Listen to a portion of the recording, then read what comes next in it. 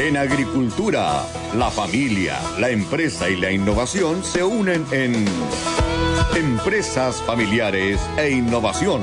Un espacio para reunirnos a conversar sobre empresas familiares, gobierno corporativo, innovación y transformación organizacional. Creemos que solo juntos comprendemos mejor el presente y co-creamos futuro. Todos los domingos a las 12 horas nos reunimos con destacados invitados e invitadas para compartir experiencias, aprendizajes y buenas prácticas. Empresas Familiares e Innovación es una presentación de Proteus, consultora especializada en management, governance e innovación corporativa. Conducen Gonzalo Jiménez y Alejandra Secarelli. Produce Victoria Uranga. Buenas tardes. Le damos una cordial bienvenida al programa de Empresas Familiares e Innovación. Soy Alejandra Secarelli y como cada domingo tengo el gusto de acompañar a Gonzalo Jiménez Seminario, presidente de Proteus, en esta aventura por desarrollar el único programa radial en Chile sobre empresas familiares e innovación. Muy buenas tardes, Ale querida, y a todos y todas las que nos acompañan en nuestro programa número 27. Hoy domingo 1 de noviembre, día en que la Iglesia Católica celebra a todos los santos. Todavía hay santos, Alejandra, aunque tú no lo creas, y es importante recordar a los que hubo también, ¿no es cierto? Y estamos justo a una semana del plebiscito, en que la gran mayoría de las chilenas y los chilenos optó, ¿no es cierto?, por abrir la puerta hacia un proyecto constituyente en el que ya estamos embarcados. Y en ese sentido el trabajo ciudadano recién comienza. Y tenemos por delante el gran desafío de dialogar, de escucharnos y de crear nuevos acuerdos entre todos. No solo nadie sobra, sino que necesitamos los aportes de todos y todas, ¿no es cierto?, para que lo nuevo se construya en armonía. Y yo creo que nuestra gente va a saber responder. Vamos a saber responder como pueblo a este desafío que tenemos por delante. Fíjate. Un gran desafío y una gran oportunidad. El domingo pasado Chile dio un ejemplo, ¿no?, de madurez cívica.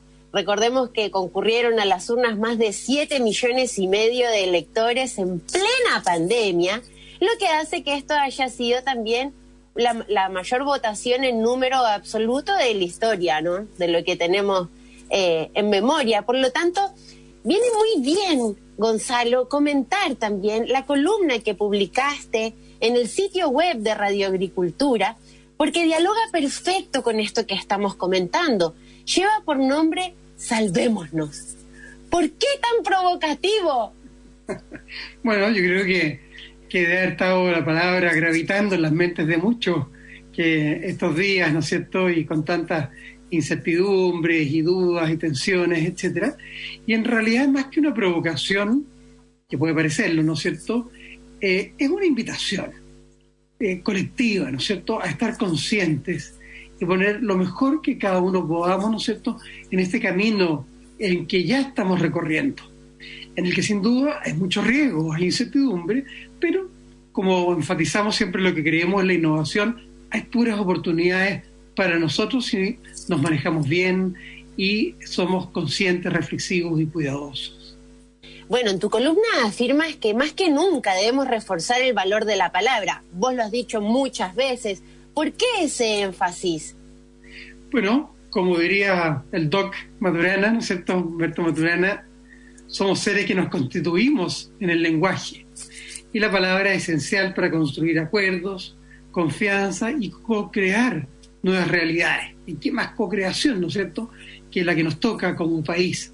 Entonces, en estos tiempos difíciles por la pandemia, por lo económico y tantos elementos de incertidumbre, a veces nos quedamos atrapados cuando la esperanza se vuelve esquiva o cuando el camino se torna un poco escarpado. Sin embargo, hoy más que nunca creemos que debemos reforzar el valor de la palabra, el sentido profundo de ser parte de un todo, el trabajo con conciencia plena para cuidar estos espacios de confianza y la defensa de los ejercicios de liderazgo que contribuyan al bien común. Y esto, Ale, es aplicable a todo, desde el eventual regreso progresivo de los estudiantes a clases, la reactivación económica, el proyecto constituyente y también, no sé, la lucha contra el cambio climático. Somos parte irresponsable de las diversas comunidades que integramos y por lo tanto tenemos que encontrar las mejores formas de aportar a la transformación con lo mejor de nuestro ser. Entonces, en ese sentido, yo pienso en los grandes males que nos afligen, todavía con pobreza, que además como que está rebotando un poco por las dificultades, desigualdad, injusticia, a pesar de tantas mejoras, pero también hay tanto por delante por mejorar, ¿no es cierto?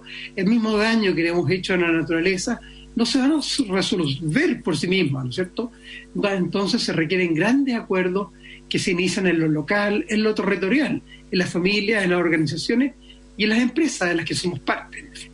En tu columna recordaste a una mujer extraordinaria, Elinor Ostrom, que es la primera mujer que recibió el Premio Nobel de Economía en el año 2009. ¿Por qué el vínculo, ese nexo, traerla? Bueno, porque las mujeres siempre nos traen de vuelta a tierra cuando nos volamos mucho. Nos aterrizan rápidamente. Así que doña Elinor afirma que no existe nadie mejor para gestionar un recurso sosteniblemente, un recurso común, ¿no es cierto?, que los propios implicados. Ella tiene una enorme desconfianza a las soluciones mágicas, tecnocráticas de los gobiernos y también ve que los mercados también fallan a veces y no logran resolverlo. Entonces, ella hizo un trabajo de investigación increíble con una cobertura extraordinaria, realmente cubriendo el globo, ¿no es cierto?, relevando el papel de las comunidades locales como una forma de lograr un sistema económico sostenible y en todo sentido, sostenible desde el punto de vista económico, pero también medioambiental y social, porque de alguna manera la propia comunidad se hacía partícipe. Entonces con esto nos abre un camino para enfrentar las dificultades que vivimos hoy en día. Fíjate que Ostrom afirma que a través de las cooperativas, empresas que son propiedad de sus miembros, en que las personas pueden hacer la mejor gestión posible de los bienes comunes. Y esa es nuestra propia experiencia con nuestro querido Colún, ¿no es cierto?, de lo que nos ha tocado ver en Capel y otras cooperativas, y a veces también en muchas, en mutuales, en gremios, etcétera, ¿no es cierto? En el fondo, asociaciones, cajas, cámaras, colegios profesionales, si ponen de lo suyo, si logran articularse en torno a una governance generativa.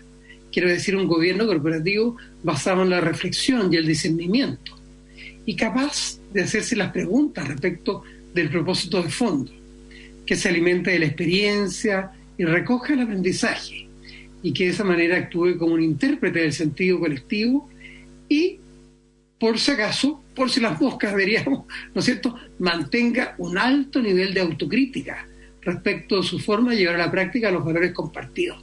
En ese sentido, las palabras ahí de Václav Havel, que hemos citado varias veces, sospecho en mí mismo, es una invitación que le hago desde acá a los miembros de comunidades, de gremios, de mutuales, de cooperativas, etcétera, para cuidar el buen gobierno corporativo. Cuando uno ya se siente demasiado claro y seguro de que uno es el bueno, el correcto, etcétera, la cosa se vuelve delicada, porque me puedo permitir ciertos espacios o libertades que a lo mejor pueden ir en contra de la sostenibilidad de mayor largo plazo.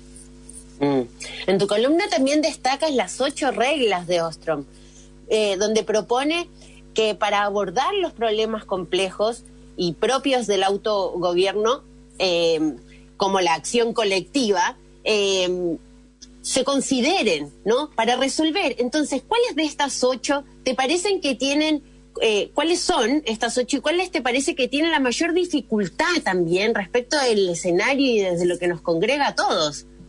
Perfecto. Mira, podríamos casi estar hablando del proceso constituyente en el que ya partimos, pero también de un problema de sequía, ¿no es cierto?, de problemas de la pesca, de todo tipo de problemas. En el fondo, lo primero es integrar quiénes integran el grupo.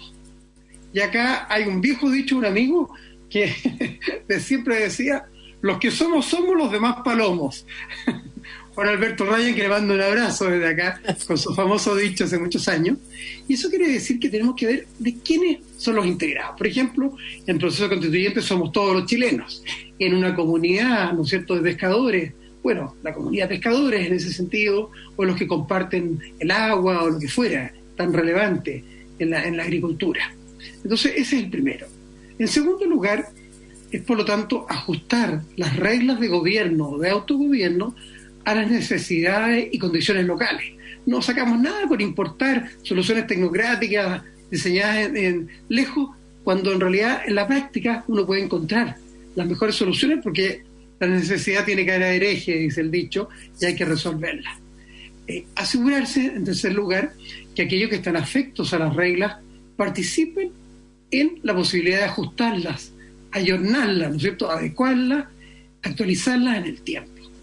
En cuarto lugar, hacer los movimientos necesarios para hacerse respetar por las autoridades y por la sociedad.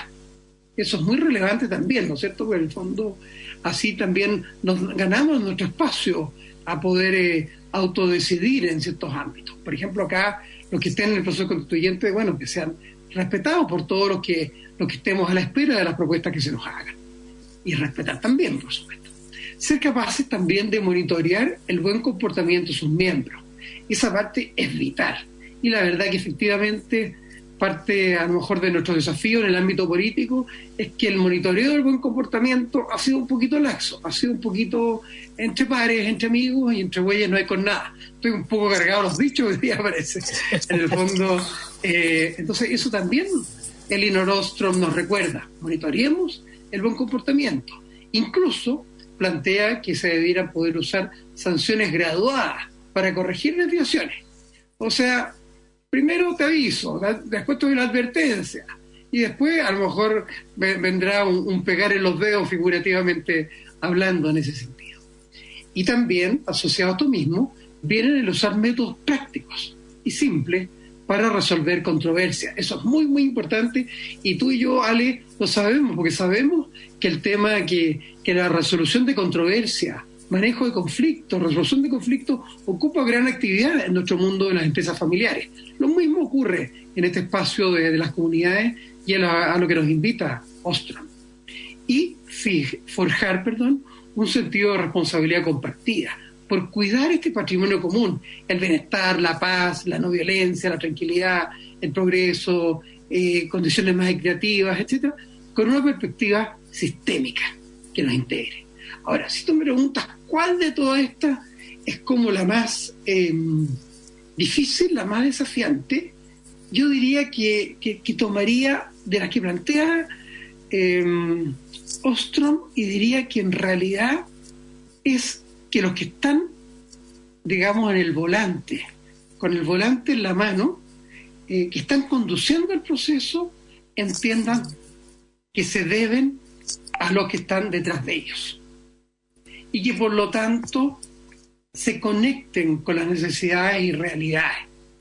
Salió un reciente estudio que hizo un colega Alfredo Enriones hace poco, que es muy bueno, que muestra un poco la desconexión de algunas élites con la población en lo amplio, incluso hasta con la clase media, en fin. Entonces yo siento que todas estas reglas de Elinor Ostrom se asocian, y por eso que se asocian a esto mismo, pero lo fundamental quizá es una regla no escrita, y es que haya conexión entre unas y otras.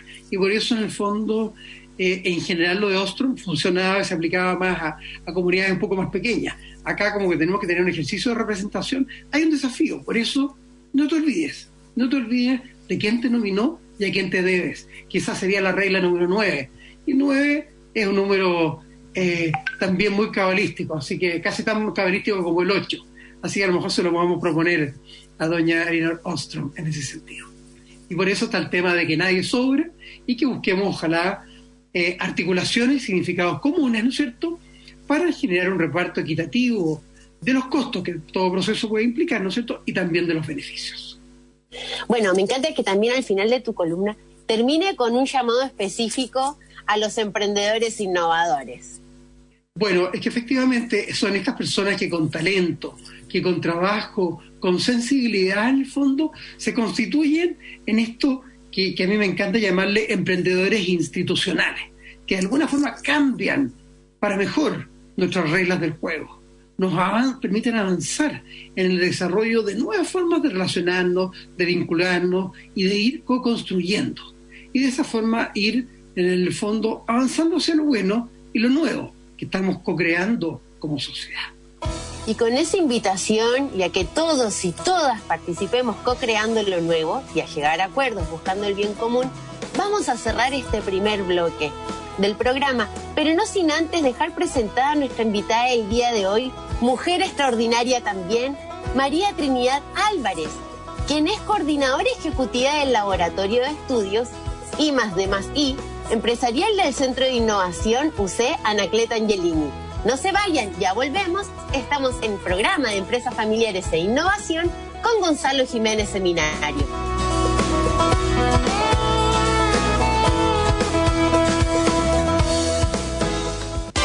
La agricultura sembrando certezas es el título de la nueva versión de Enagro, organizado por la Sociedad Nacional de Agricultura y que contará con destacados panelistas como el presidente de la CPC, Juan Sutil, la diputada del Distrito 22, Andrea Parra, el presidente del Parlamento Autónomo Mapuche, Arnoldo Yanculev, el presidente de la CMPC, Luis Felipe Gacitúa, el exintendente de la Araucanía, Luis Mayol, serán parte del panel Diálogos que dan fruto, orientado a buscar caminos de solución a la situación que se vive en la Araucanía. También estará presente el destacado economista Sebastián Edwards. A este tradicional evento ha sido especialmente invitado Su Excelencia el Presidente de la República, don Sebastián Piñera Echenique. Enagro 2020, el lunes 9 de noviembre a contar de las 8:30 horas, desde el histórico edificio de la SNA y al cual podrá conectarse remotamente a través de un link que recibirá al momento de su inscripción.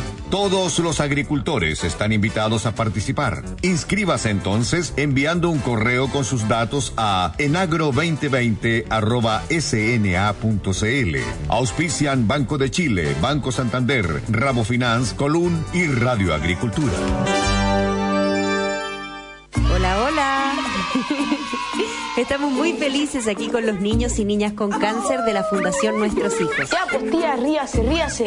Y como oyen, ya estamos en campaña. ¿Pero cuál es la campaña, pues niños? Contémosles. Esto, pues tía, estamos sumando sonrisas. Colecta digital para niños con cáncer de Fundación Nuestros Hijos. Súmate en www.fnh.cl.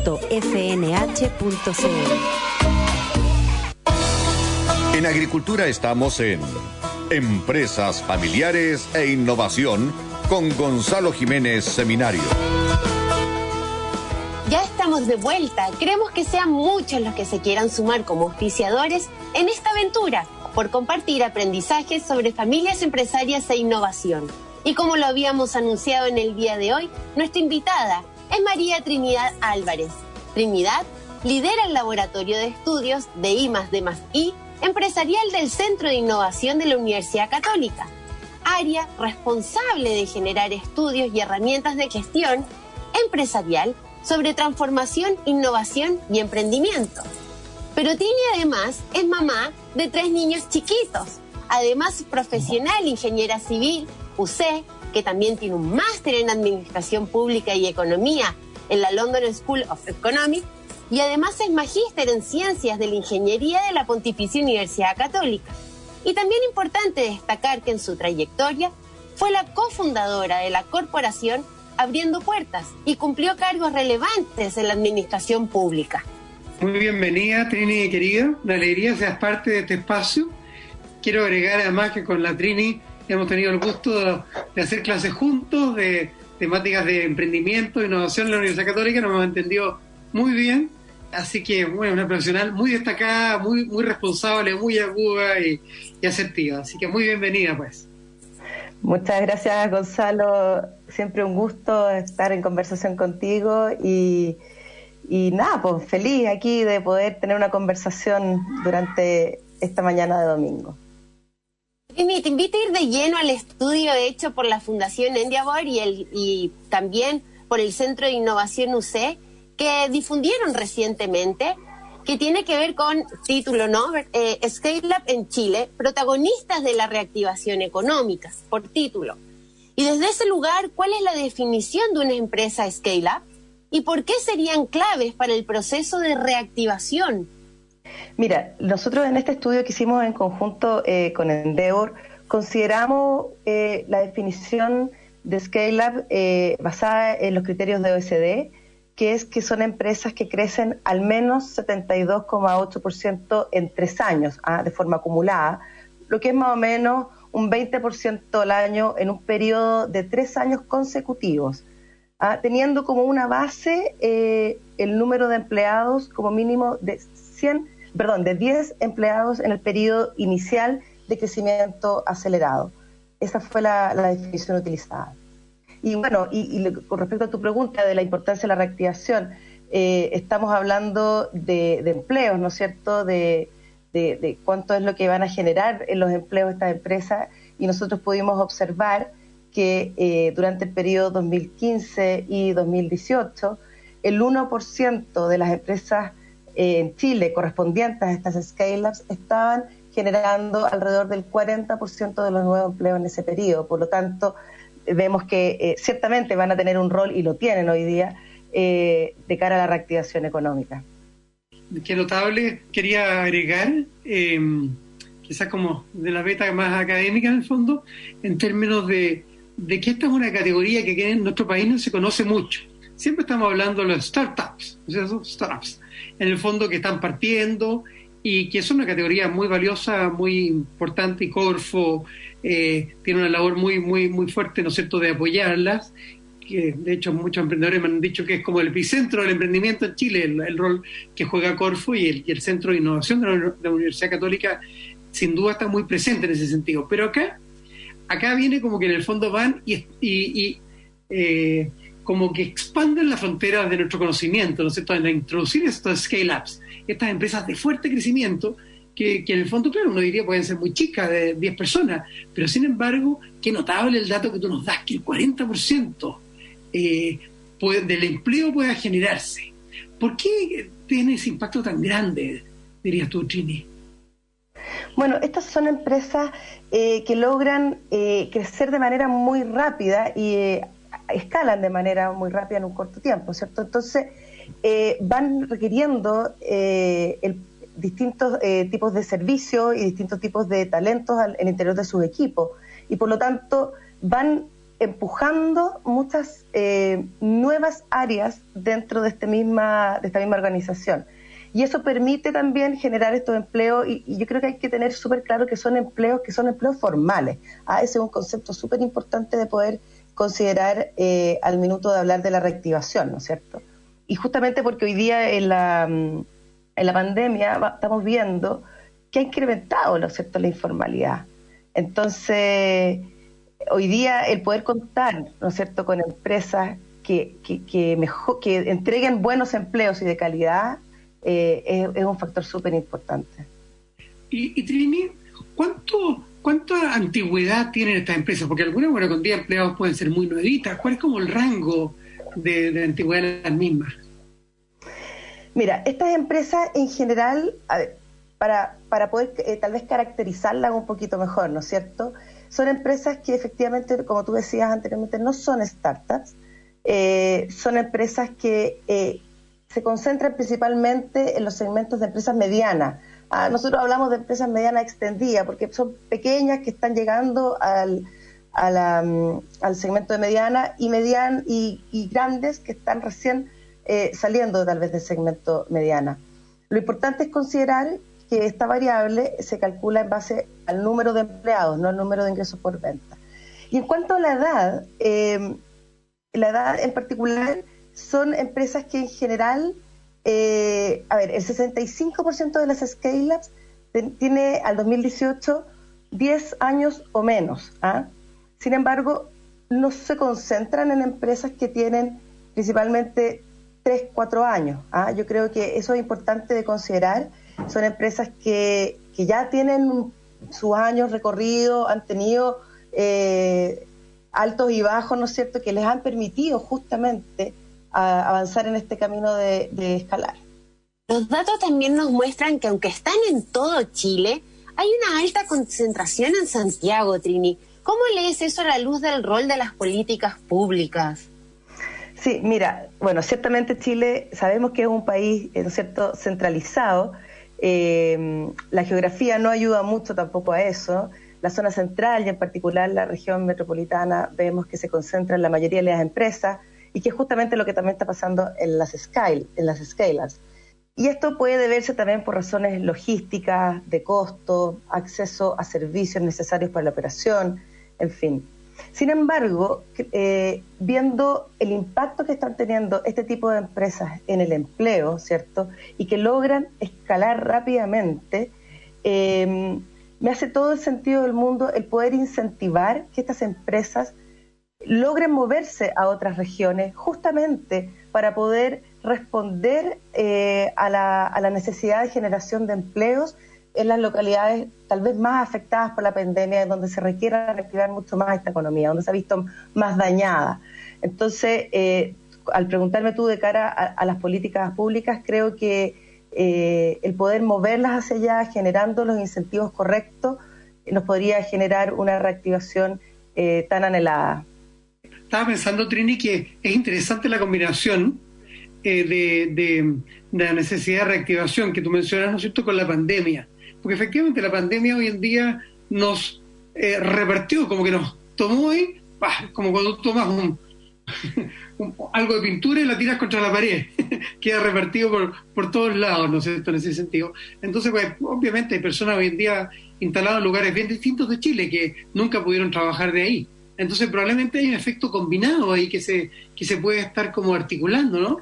No sé si algo de eso se alcanzó a capturar o más, o sea, a nivel de intuición. ¿Cómo lo verías tú? No, es más nivel de intuición. Nosotros ese dato tal vez en particular, por ejemplo, de lo que son los laboratorios naturales, muchas veces, ¿no es cierto?, que pueden incentivar también la economía en ciertas regiones, no lo levantamos en este estudio en particular. Simplemente al ver cómo impactan en el empleo, creemos que el tratar de llevarlas a distintas regiones, o tal vez, más que llevarlas, es incentivar que tal vez en las mismas regiones, ¿no es cierto?, esas capacidades, ese talento pueda llegar a pasar de algunos tipos de emprendimiento o startups que se estén desarrollando a este nivel de empresa tipo scale-up. Fíjate que me recuerda a una investigación que hicimos con Scott Tiffin, un colega canadiense, hace hartos años, pero que sus conceptos como que pegan bien acá. Investigamos en algún momento cuáles eran las ciudades más interesantes de Chile, más atractivas para atraer nuevos emprendimientos basados en conocimiento.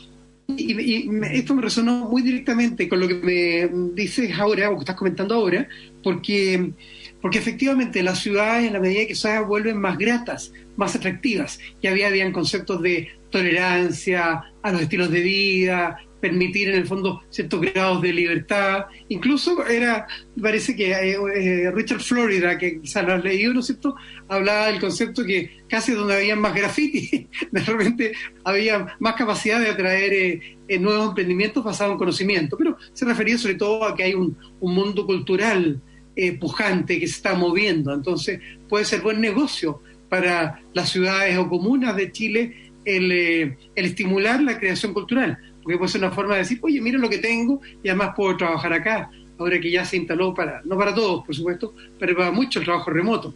No sé si te resuena. Sí, de hecho, yo creo que hoy día el trabajo remoto va a permitir justamente avanzar en descentralización. Hay muchas empresas que tal vez podrían estar hoy día fuera. Por ejemplo, cuando hablamos de acceder a ciertas capacidades, a ciertos talentos que están distribuidos a lo largo de Chile, pero ciertas especialidades muchas veces no están en todas partes, ¿cierto? El trabajo remoto hoy día nos va a permitir acceder a eso. Y eso también va a ser efectivamente un impulso para que aquellas ciudades puedan trabajar tal vez en decir, mira, convirtámonos en ciudades más agradables para poder recibir a estas empresas y que la gente quiera venirse para acá a trabajar. Bueno, además, solo como para compartir también con la audiencia, Trini, y si me ayudás también en este estudio, las scale-up también estuvieron presentes en distintos sectores. Lo quiero mencionar solamente para que se pueda ver en realidad esto de lo geográfico, porque en el estudio vos tenías como desde suministros de electricidad, gas y agua, construcción, agricultura, ganadería, caza, silvicultura, enseñanza, explotación de minas, o sea, en este conjunto y representando además estos sectores que componen el 67% de las empresas de alto crecimiento en el país también. Sí, mira, esas empresas que nosotros destacábamos, que concentran el mayor número de scale-ups, hay que también leerlas con una cierta salvedad, y que en el estudio está bien ahí desarrollado, y es que son empresas que son intensivas en mano de obra. Entonces nosotros, al considerar una definición en base a número de trabajadores, evidentemente aquellas tal vez más intensivas va a ser más probable que tengan un mayor crecimiento en cuanto al número de trabajadores, y por eso se concentran tal vez en este estudio las scale-ups en esos sectores. Sin embargo, también hay que tomar en cuenta de que, bueno, hoy día la transformación digital también está impactando el aspecto, ¿no es cierto?, laboral dentro de las organizaciones, todo lo que es los reskillings, como de lograr cambiar ciertas capacidades, ¿cierto? Y yo he notado en distintos trabajos que me toca realizar desde el laboratorio de estudios, donde hemos hecho casos con empresas, hemos notado que también las empresas están tratando de cuidar a sus trabajadores en este ámbito de transformación digital, y por lo tanto, a pesar de que se esté tratando de avanzar en estrategias basadas en tecnologías, los trabajadores en muchas grandes empresas, principalmente en grandes empresas, no debiesen reducirse, sino que debiesen reconvertirse, adquirir otros talentos posiblemente para nuevas tareas o nuevos roles. Eso es súper interesante. Y de cara también a esto de análisis de los sectores, también habría que ver cuáles son los sectores que están tal vez hoy día en aquellas que tienen menos años, porque nosotros vimos ahí que las empresas que tienen menos 5 años de antigüedad logran crecer mucho más rápido en número de trabajadores que aquellas que tienen más de 5 años. Entonces también ahí sería interesante, en cuanto a lo intensivo mano de obra, en comparación con estos grandes sectores, tal vez no aparecen. Tal vez habría ahí una propuesta de una segunda derivada, ¿no es cierto?, del estudio, de poder entender en qué sectores estas pequeñas empresas de 5 años o menos se están generando esos empleos de forma acelerada. Es interesante, porque fíjate que esto nos trae de vuelta al desafío que tenemos todas las personas, cualquiera sea nuestro oficio, nuestra actividad, nuestro quehacer, ¿no es cierto?, que tiene que ver con el reentrenamiento, el aprendizaje continuo, permanente. O sea, ninguno de nosotros ya se puede quedar sentado en lo que sabíamos, en lo que estudiamos, etcétera. Por lo tanto, este cambio de poder mantenernos al día es un desafío, pero es un desafío bonito, un desafío crecedor, que nos potencia, que nos estimula y que nos lleva a poder reinventarnos. Entonces, ahora, por eso, y en este programa ponemos a menudo el énfasis en los modelos mentales, en que efectivamente a veces son nuestros propios paradigmas los que nos aferran, nos anclan al pasado. Y a veces nos quedamos en el pasado, nena, ¿no es cierto? Como decía, hasta se lo escuché a Ricardo Lago hace 2 días por el plebiscito, ese dicho me llamó la atención.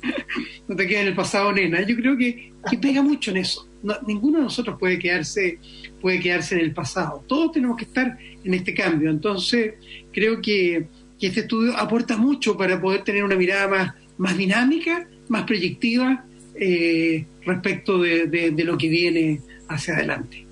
A nuestros auditores les pedimos que nos sigan acompañando porque vamos a iniciar a la brevedad el último bloque. Pero antes, recordarles que nos pueden escribir a empresasfamiliares@agricultura.cl, que toda la información de Proteus está disponible en su LinkedIn y que este programa lo pueden volver a escuchar o compartir a través del formato podcast que está disponible en radioagricultura.cl.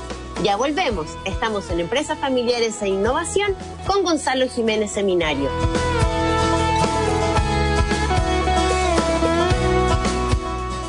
Hola, hola. Estamos muy felices aquí con los niños y niñas con cáncer de la Fundación Nuestros Hijos. Ya, pues tía, ríase. Y como oyen, ya estamos en campaña. ¿Pero cuál es la campaña, pues niños? Contémosles. Esto pues tía, estamos sumando sonrisas. Colecta digital para niños con cáncer de Fundación Nuestros Hijos. Súmate en www.fnh.cl. En agricultura estamos en Empresas Familiares e Innovación con Gonzalo Jiménez Seminario. Ya estamos de vuelta, gracias por estar escuchándonos. Hoy estamos compartiendo con María Trinidad Álvarez en el programa de Empresas Familiares e Innovación con Gonzalo Jiménez Seminario.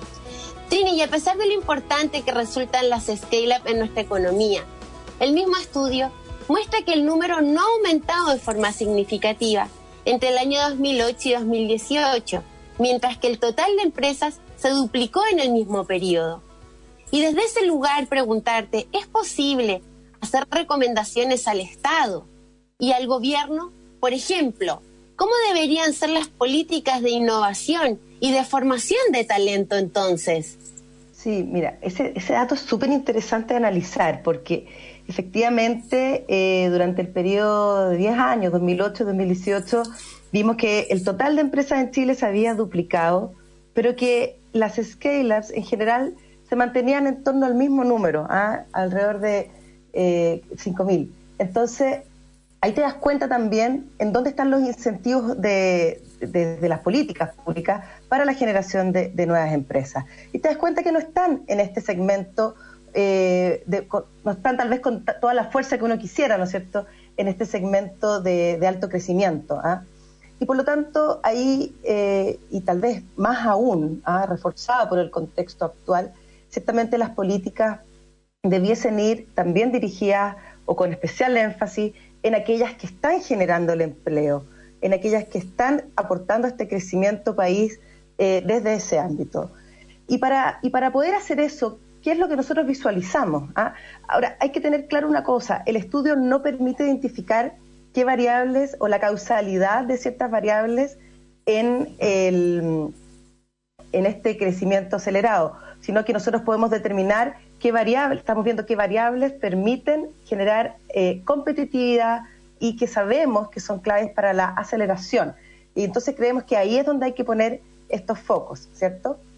Y estas son, en definitiva, el fomento de talentos, talentos capaces de empujar negocios de estas características, llevarlos a un alto crecimiento. Una red de innovación que abarque distintas áreas del conocimiento, no necesariamente todas ellas van a ser de base científico-tecnológica, pero ciertamente la innovación es un factor clave para ser competitivos, ¿cierto?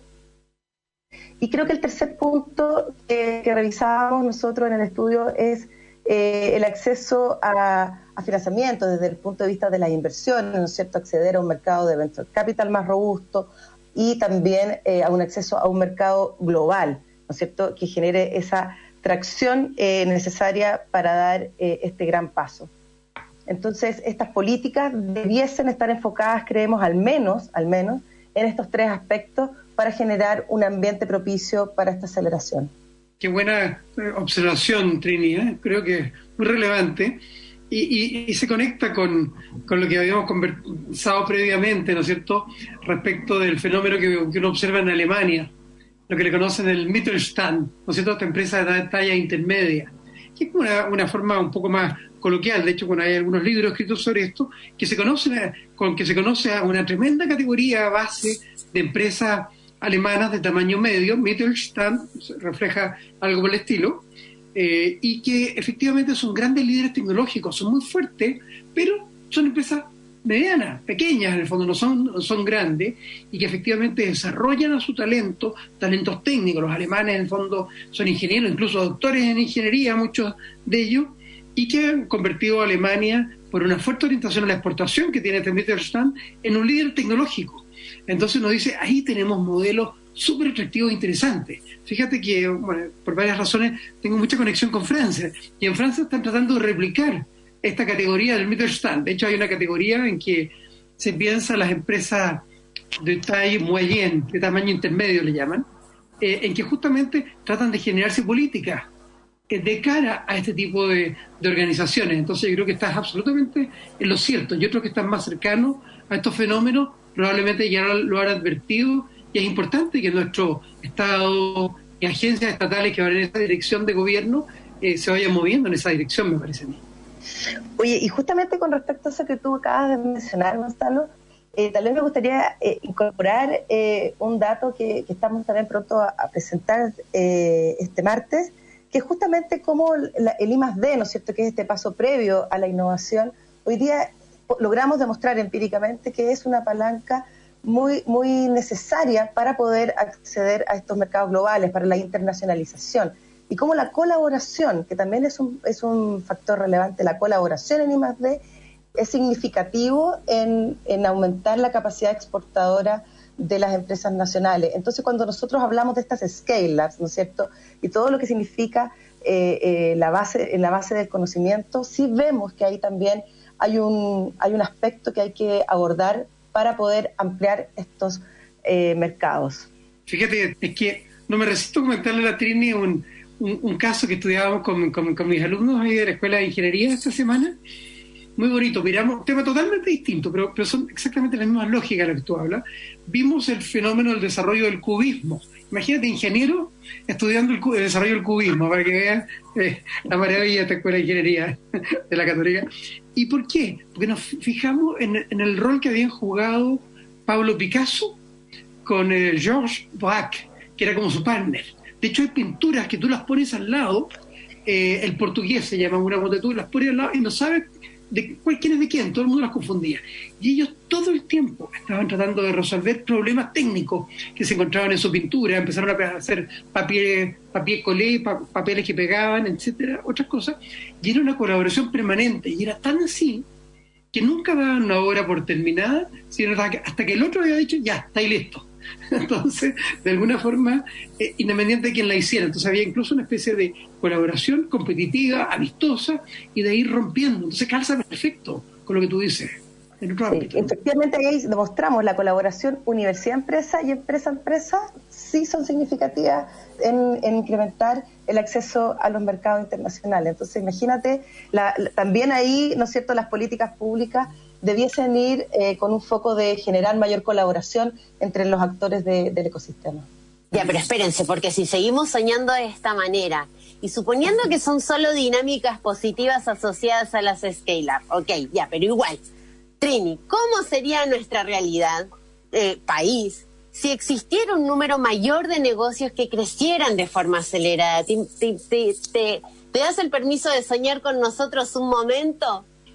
Por supuesto, es lo que todos aspiramos, ¿no es cierto?, poder generar más scale-ups. O sea, cuando estamos tratando de generar un estudio de estas características y es la motivación también que tenemos desde el Centro de Innovación, ¿no es cierto?, nosotros promovemos, ¿no es cierto?, las empresas en base a innovación, ¿no es cierto?, queremos que las startups pasen a ser scale-ups y por lo tanto soñamos con ese mundo con más scale-ups. Así que ciertamente es un sueño que hay que tenerlo. ¿Qué es lo que yo vería, ¿no es cierto?, si es que tenemos más scale-ups? Primero tendríamos mucha más tasa de empleabilidad, ¿cierto? Posiblemente habría mayor descentralización, porque tal vez van a haber estos talentos locales que van a poder surgir en sus propias localidades. Y ciertamente yo creo que yo soy una convencida, y esto es a título personal, pero soy una convencida que el empleo genera una calidad de vida mucho mayor, ¿cierto? Y que por lo tanto creo que aquellas instancias en donde podemos impulsarlo, generar la población del país va a estar mucho mejor, va a tener acceso a más cosas y evidentemente siempre considerando que es un empleo formal, ¿no es cierto?, con todas las seguridades que existen detrás de ello. Vamos a ser un país que va a estar impulsando hacia afuera, que no nos quedamos adentro. Vamos a ser un país que vamos a estar participando en todos los mercados internacionales relevantes, que vamos a llevar productos de calidad, porque esa es otra característica relevante. Tiene que haber ahí un producto de calidad que se tiene gracias a este talento. No es gratuito, es gracias a mucho trabajo, esfuerzo, riesgo y talento. Pero yo creo que nos va a posicionar como un país muy muy de impulso, ¿no es cierto?, hacia afuera. Bueno, de alguna manera uno puede pensar, pasamos de las startups, ¿no es cierto?, a las scale-ups y después a las grown-ups, ¿no es cierto?, las crecidas, las más maduras. Entonces, claramente hay un proceso de progreso, y lo bonito es cómo esto va tomando a la gente, a las personas, ¿no es cierto? De alguna manera no es sin esfuerzo, ni sin disciplina, ni sin trabajo, pero de alguna manera, ni es un proceso automático, pero de alguna manera es como montarse en una curva en que vamos creciendo y mejorando todos como personas, como países, como familias, etcétera. Así que ojalá se ocurra en realidad. Sostenibilidad y sustentabilidad a veces suenan como que fueran similares, pero son dos conceptos distintos y con consecuencias diferentes. Ahora, Trini, esto es como que es primero el huevo o la gallina. ¿Cuál viene primero? ¿La sostenibilidad, la sustentabilidad? ¿Cómo ves esa relación?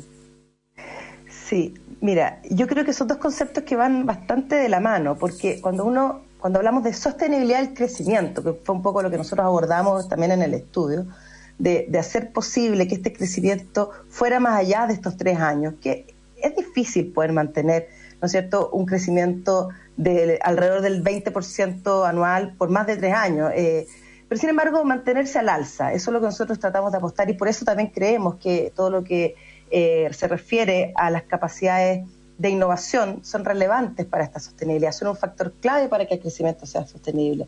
Sin embargo, creo que un crecimiento sostenible, no lo va a ser si no es sustentable a su vez, porque van a haber otras variables que no lo van a permitir mantenerse en el tiempo.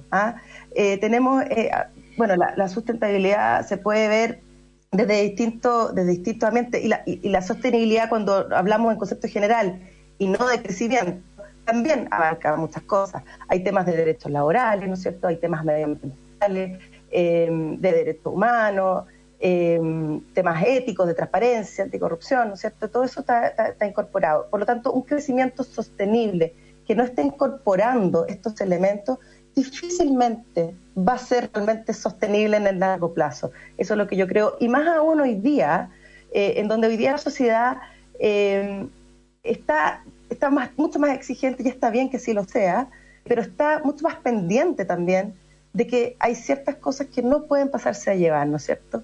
Por lo tanto, creo que en ese contexto la sustentabilidad necesariamente pasa a ser un factor clave para esta sostenibilidad en el crecimiento. Y Trini, dado que tomas el tema de la sociedad, ¿cuál crees tú, y que obviamente esto hay mucha discusión y debate y distintas miradas, ¿cuál crees tú que debiera ser el aporte que es y que debiera ser el aporte que hacen las empresas a la sociedad en estos tiempos de cambio? ¿Cómo es esa? A ver, es que las empresas, yo creo que justamente deben estar insertas y ser partes de la sociedad, porque está formada por personas. Todos los que trabajamos en ella somos personas, tenemos nuestra familia, ¿no es cierto? Y por lo tanto, la empresa debe considerar los requerimientos sociales, creo yo, ¿no es cierto?, que se impulsan. Ciertamente tiene que estar alineado con la calidad en el trabajo, el tema de la seguridad laboral, el tema de la salud, tanto mental como física. La empresa pasa a ser un actor más de la sociedad, creo yo, que debiese ser un paraguas que también proteja de ciertas seguridades a la sociedad. Fíjate que con eso me hace pensar en el concepto de gobernanza, en realidad es gouvernance, porque es un francés que lo dice Foucault, y que plantea que efectivamente el concepto de gobernar, que antes estaba puesto en los estados, etcétera, se ha venido entregando a capas intermedias, como los cuerpos propios de las propias organizaciones gremiales, las empresas, etcétera. Todo lo que le pedimos a la empresa y el rol que juegan, como tú dices, es muy vital. Entonces, en ese sentido, no se puede ser contraempresa. Para poder tener desarrollo, para poder tener equidad, hay que ser pro-empresa. Entonces hay que hacerlo con la empresa, y de ahí me calza muy bien este tema, que para poder ser sostenible como empresa, al mismo tiempo hay que ir de la mano con la sustentabilidad en lo económico, en lo social, en el buen gobierno corporativo y por supuesto en lo ambiental, como una base de lo mismo. Así que muchísimas gracias, Trini. Antes de terminar, quisiera saber si podemos avanzar solamente en emprender e innovar, Trini, pensando en qué es súper difícil y cuáles son las principales barreras para hacerlo en un país como Chile. Bueno, yo creo que hoy día emprender es difícil en Chile. Ya vimos tal vez la tasa de crecimiento, pero ¿cuántos de ellos también van cayendo en el camino? Entonces, sabemos que emprender tiene muchas iteraciones, tiene esfuerzos detrás, muchos riesgos, ¿cierto? Y también, bueno, en los casos que vimos ahí a lo largo del estudio también es algo transversal. Cuando ven que están realmente trabajando con cuesta arriba, de hecho en el caso de Notco aparece mencionado tal cual, se dieron cuenta que estaban haciéndolo bien, porque sabían que emprender no podía ser fácil. Si estaba siendo fácil el emprender, había algo que estaban haciendo mal. Y eso me parece que fue un súper insight de este caso en particular. Y en particular aquellos emprendimientos que son de base científico-tecnológica o que son en base de otro tipo de innovaciones, ¿no es cierto? También son difíciles de llevar a cabo. Muchos de ellos requieren cierto capital, ¿no es cierto? El tema del financiamiento no deja de ser menor. También muchas veces el tema de dónde poder pilotear, ¿no es cierto?, sus productos, tal vez no avanzar hacia un canal más de proveedor, sino que tal vez como socio estratégico de una empresa, en donde se pueden ir tal vez probando esos productos o servicios. Yo creo que hoy día las principales barreras pueden estar tal vez, creo que ciertamente en el tema del financiamiento, en el tema de que no se están poniendo los incentivos correctos en algunas políticas en cuanto a tiempo y lo que están tal vez impulsando en ciertas, ¿cómo decirlo?, en ciertas capacidades que tal vez no son tan fundamentales. Y también creo que, hoy día el talento lo podemos reducir justamente con las barreras, bajamos las barreras geográficas con todo el teletrabajo, creo que ahí tenemos un avance. Pero asumir el riesgo también pasa por un tema de educación. Y con Gonzalo, fuimos colegas ahí en el curso de ingeniería, ¿no es cierto?, de la Universidad Católica de Innovación y Emprendimiento, donde justamente tratábamos de poder enseñarle a los alumnos cómo poder emprender, que es posible hacerlo. Yo creo que también las personas debiesen tal vez abordar esa barrera, traspasarla, y decir, sí se puede, es difícil, pero sí se puede. Yo creo que la educación ahí, tanto escolar como universitaria, es fundamental para generar una cultura pro-innovadora. Trini, 1.000.000 de gracias, ha sido fascinante escucharte, así que por favor sigan haciendo tus estudios, felices nosotros de seguir estudiando con ellos, aprendiendo y colaborando contigo como siempre. Un gran abrazo. Muchas gracias, Gonzalo, por la invitación, realmente un gusto, y cuando quieran aquí estamos para poder comentar los distintos estudios. Y con esta invitación que nos hace Trinidad también para seguir estudiando y seguir perfeccionando, Gonzalo, por favor, intentar dejar la invitación al programa Governing que se va a dar en noviembre con el Centro de Gobierno Corporativo de la Universidad Católica. Efectivamente, es la 4ª versión del programa que apunta al desarrollo de habilidades de directores de empresas familiares con metodología absolutamente participativa. Nunca han vivido, les puedo garantizar, una experiencia online como la que se vive en ese curso. Son programas, sesiones vía Zoom, de 3 horas cada una, y partimos el 10 de noviembre, y la verdad es que la experiencia de todos los que han pasado por estos programas, en especial en la versión remota que estamos desarrollando ahora, ha sido extraordinaria. Así que cuenten con nosotros, infórmense en el Centro de Gobierno Corporativo de la Universidad Católica. Muchas gracias. Muchas gracias, y como siempre nos sucede, el tiempo se hace nada. Un abrazo para todos y nos encontramos en un nuevo capítulo el próximo domingo en Radio Agricultura. Estamos en el programa de Empresas Familiares e Innovación con Gonzalo Jiménez Seminario. Hasta luego. En Agricultura fue Empresas Familiares e Innovación con Gonzalo Jiménez Seminario. Una presentación de Proteus, consultora especializada en management, governance e innovación corporativa. Conducción, Gonzalo Jiménez y Alejandra Sequerelli. Producción, Victoria Uranga.